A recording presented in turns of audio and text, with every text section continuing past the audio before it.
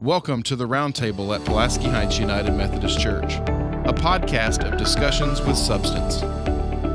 Join our staff and leaders of our church as we journey through topics that inform, engage, and inspire the daily life of our church. Hello and welcome to the Clergy Roundtable from Pulaski Heights United Methodist Church in Little Rock. My name is Jay Clark, and I am the executive pastor on staff here. My name is John Robbins, and I'm the senior pastor. I'm Kathleen McMurray. I am the pastor of Connecting Ministries and Worship. I'm Rowland, and I'm the minister to youth and families. Okay, so let's get to the first question. Summer is the time where United Methodists get together in the structure known as annual conference. Arkansas is no exception to this. We had our annual conference, which gathers laity and clergy from every church in the state of Arkansas together to have festive, wonderful conversations and table talk. Anyway, did anything stick out to you all at our annual conference this year? You know, people want to know. I mean, everyone's clamoring to know what happened at the Arkansas conference, annual conference. They may ask it better than that, but so what sticks out? I mean, other than bureaucracy is alive and well. I think what stuck out is that Kathleen McMurray received the award for evangelism. Yes. To me, that was the highlight of annual conference, that she received an award for her outstanding work, and I think for me that was the only highlight, but it was a special highlight for sure. Thanks, John. I think for me, I'm the worship chair of the annual conference, and so worship stood out because we put so much work in. We had 9 different worship services at this annual conference, and I was just so thankful for all of the diversity of music that we had throughout the week. I thought that the services were really, really powerful. Just so thankful for my team that I work with to plan those, and I thought that they were really meaningful. I think for me, the thing that was the highlight was that we finished early. Mm-hmm. And Yes. No, not really. My favorite thing was that I got to experience this annual conference with my son, who was a delegate. Yes. And so that was really interesting because I didn't know how he would respond to, seeing the inner workings of the church. And he enjoyed it. And so, but this was your first annual conference in Arkansas. So what did you think about it? I mean, I think this is the best worship at an annual conference I've seen. I don't say that just because I love Reverend McMurray, but it really was. And I think despite the tension that I think some people walked in with, I think we did a really good job of saying, what is the real business of the church this week? And we kind of stuck to that. And I got to be with all of the youth delegates, which was such a privilege to meet these kids that are still invested in the institution of the church. And normally, those kids that come are silent and really don't do anything or fall asleep. Not that Quinn didn't fall asleep, at least once. Yeah. To my knowledge, he fell asleep with his sunglasses on because he thought that was funny. Yeah, he thought it was funny. But at this particular conference, we saw youth stand up and talk about gun violence in their schools.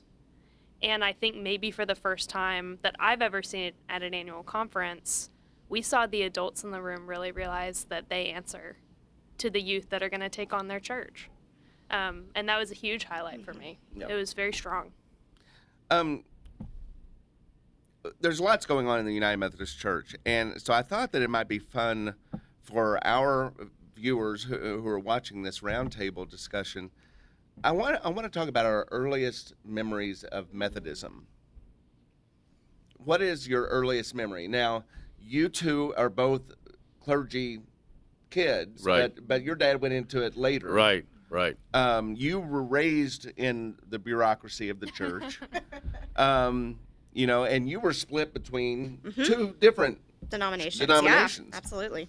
So let's start with Kathleen. What is your earliest memory of Methodism? So when my family lived in New Orleans, we went to a church called Rain United Methodist Church.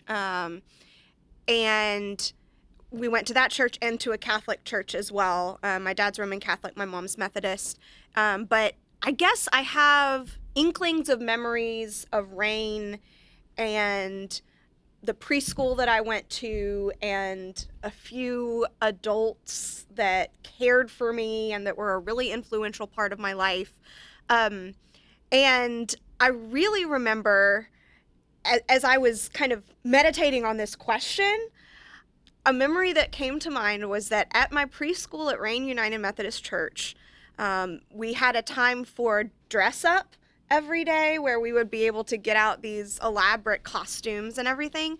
And there was a costume that I really liked, and I used to fight another boy for this dress every time. And in kind of reflecting and thinking about that, I was like, what a powerful thing for that preschool director to allow a boy to wear a dress and for that not to be a big deal, I guess. But I vividly remember always trying to rush to get this particular dress from the dress up clothes at Rain Methodist preschool, so that I could get it ahead of this other boy. And again, reflecting on it, what a beautiful, I don't know, inclusive thing. Right. Ellen, what about you?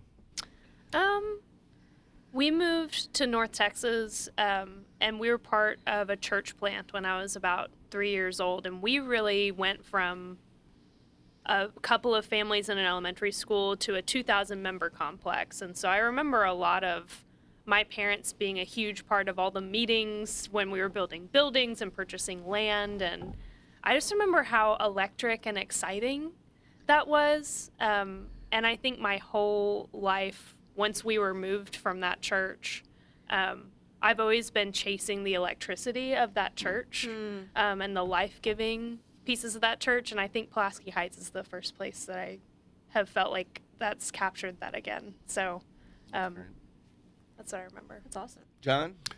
When I was a little boy, we attended chapel on a respective Army base, so it was an interdenominational, ecumenical kind of thing. So my first real experience that I remember in a United Methodist church was when my dad went to Vietnam, and so that my mom would have some help with the 4 children, we moved back to Houston, where I was born and where my mother grew up.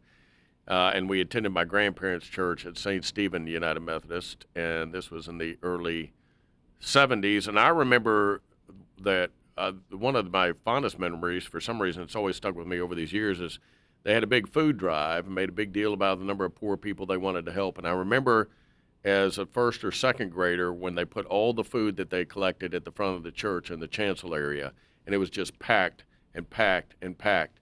And I just remember thinking, wow, I'm so glad I can be a part of something like that. We brought cereal or whatever, canned goods or whatever it is we brought.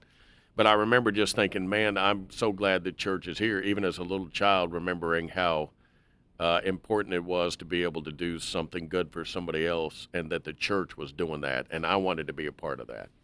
The church I was raised in was also the church that my parents were married in. It was the church that Karen and I were married in. It was the church that my mother's parents were both had their funeral services there.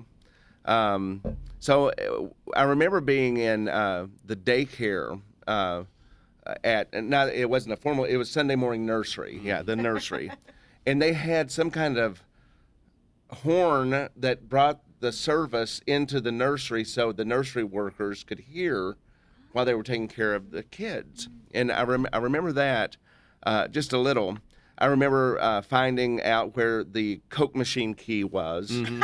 That was very important to a young person. Yes. But I can remember, sitting in the pew with my grandparents and my mom and my sister, and we would all sit on the same pew.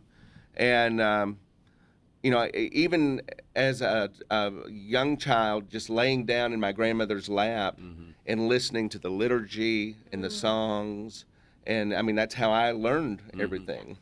And so it was the First United Methodist Church in Walnut Ridge, which is one of those typical county seat church Methodist churches across the street from the Baptist church.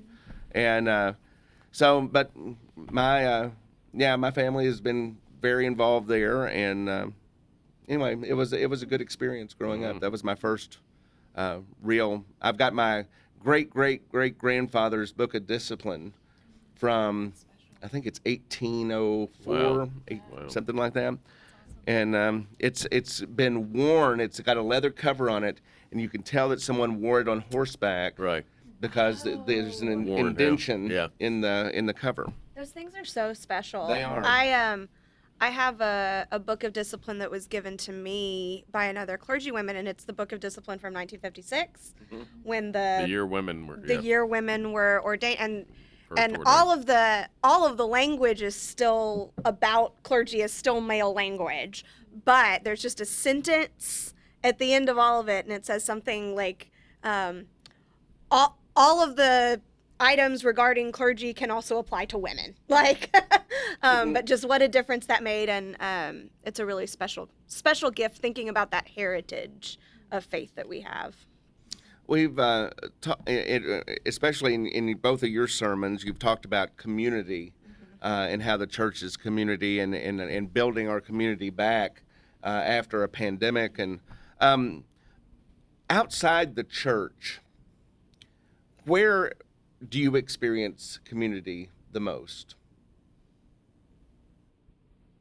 For me, I think part of it has to do with, obviously friends that we have in Little Rock. And one of the great blessings about moving, for Susan to be able to move back to Little Rock, is she had that built-in system of friends, which I got to inherit and have been very much a part of over these years. But family is very important to us. And, just like in the church, at some level, communication or what family looks like in terms of community has changed. We do FaceTime all the time because our grandkids live on the East Coast. But still for us, I think having people, being in contact with people, literally face-to-face, being able to touch other people, hug other people, those are the kind of things that I think are really important. And so that's why I think it's important that we have that in the life of the church as well. But it's certainly that built-in system of friends that we have here in Little Rock is significantly important for us. Kathleen? I was trying to really think hard about this question, because for me, the church is the main place that I find community. I have family here too, and that was a huge gift in moving back to Little Rock, was having family that's close by. But I have found so much of my community within the church. And then within clergy, I have some really close clergy friends, clergy colleagues that serve in other churches throughout Arkansas that I'm very close with and travel with and get together with. But I still consider that, part of the church, as in Church Universal, that's a strong connection and that it forms community. Ellen? I have two best friends, one that lives here and one that lives in Houston, and our little community remains strong via technology. I also do CrossFit, and I find a lot of my community outside of the church at my gym. I think I play trivia, and I enjoy my trivia group because there's a lot of them that you would never find in church on Sunday morning, and we're all very different theologically from conversations. I can tell that, and politically from conversations, and that's fun. That's fun for me to be around a group of people so different than what I usually am. So. That's why you won Jeopardy last year. You had a heads up on everybody. Oh, someone's still bitter. Yeah, somebody's still struggling with that. But I think that it's tough in many ways to find community as adults. Yes. And I think that's a real gift that the church can offer to people, is a means to find community. I know my best friend lives here in Little Rock, and we do a lot to support one another. But as far as kind of wider community, and I hear that from a lot of young people, is like, how do you make friends and I don't think it's limited to young people, but I think when you're moving to new places for jobs and stuff, it's kind of more, it's more of a challenge. But I think that's something that's really important for the church to think about, that is something people are actively looking for. I met with a couple this morning, a young couple, and they said their great joy in being a part of Pulaski Heights, recently joining the church, is that there's going to be a built-in community for them, and they look forward to meeting other young couples and establishing relationships with them that'll carry on, hopefully, for the rest of their life. So It is special, those bonds that you make through the church. I find it, it's just something that there are church friends that you maybe grew up with that, it is one of those relationships that it just picks up. If you don't see them for 10 years. Right. Which technology's changed things, but I mean, used to it was you saw some of your best friends once a year at a church camp or a assembly or something annual like conference that. or something. Right, Yeah. annual conference. Well, and I remember even not in my generation, but other adults that were such a part of my life. And my parents, when we moved to Little Rock when I was a child, they had no biological family here. And so the people that would stay home with me when I was sick and both my parents were having to work, or the people that would come over when my dad sliced his finger open and my mom had to take him to the ER, it was always church people. It was the folks that were part of this community of care for us, and that's a huge gift. And I think that intergenerational quality is important in the life of the church. It affords us a chance to establish relationships with people who are younger than us, people who are older than us, not only people our own age. So that's a big deal.